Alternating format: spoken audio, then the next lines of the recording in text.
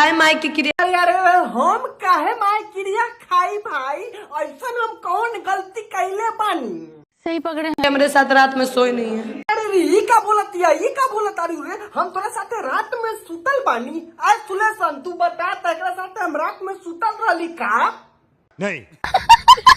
क्या हाल बा भाई लोग, एक बार फिर से हम आ गईल बानी रउआ लोग के बीच में। लेकिन क्यों? ऐसे कि हम YouTube खुलनी है तो देखनी है कि 2 गो रंडा रंडी के बड़ा खेल चलता।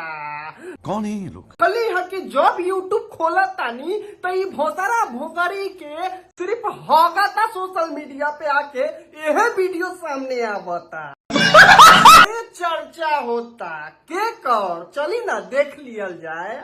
चलो भाई। खाए माई की क्रिया कि मेरे साथ रात में सोई नहीं।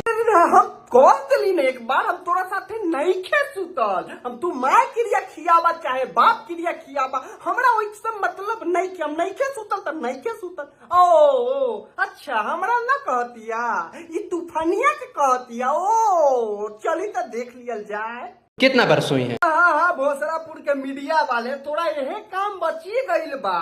तू यह सब पूछबा कि कितना बार सोई थी, हाथ कहाँ था, जान कहाँ था, कहाँ पे पकड़ा था, यही बचिए गया है तुम लोगों को। अब पूछिए ले बारू तो चल एक बार सुन लिहल जाए। क्या बोला तूने? कितना बार सोई है? खिलड़ी भौजी का कहल चाहता एकरा जवाब में? तू रात के कितना बेर ऊ है, मतलब कि ऊ है बताबू मीडिया भाई के।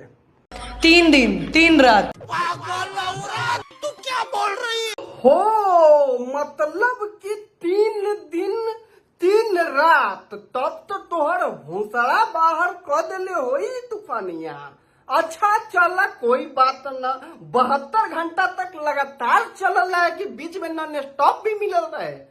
देखा आपने लापरवाही का नतीजा। आप प्रेग्नेंट भी हुई थी? हाँ। अच्छा तो हाँ, 72 घंटा अगर लगातार नॉन स्टॉप चलेगा तो प्रेग्नेंट तो स्वाभाविक बात है जो होगा। अगर प्रेग्नेंट हो ही गई थी तो अंदर रख ले रहती, गिरवाने की क्या जरूरत थी? कोर्ट में जा करके शादी कर लेती। अपना उसके पुतकी में पुतकी सटाया होगा।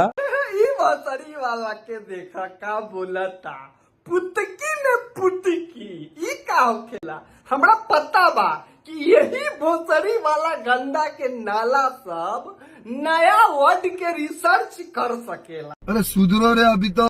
एकरे साइंटिस्ट इस चीज को रिसर्च किया है। पुतकी में पुतकी, चोच में चोचता सुने थे और ओठ में ओठ, लेकिन पुतकी में पुतकी का होता है भाई।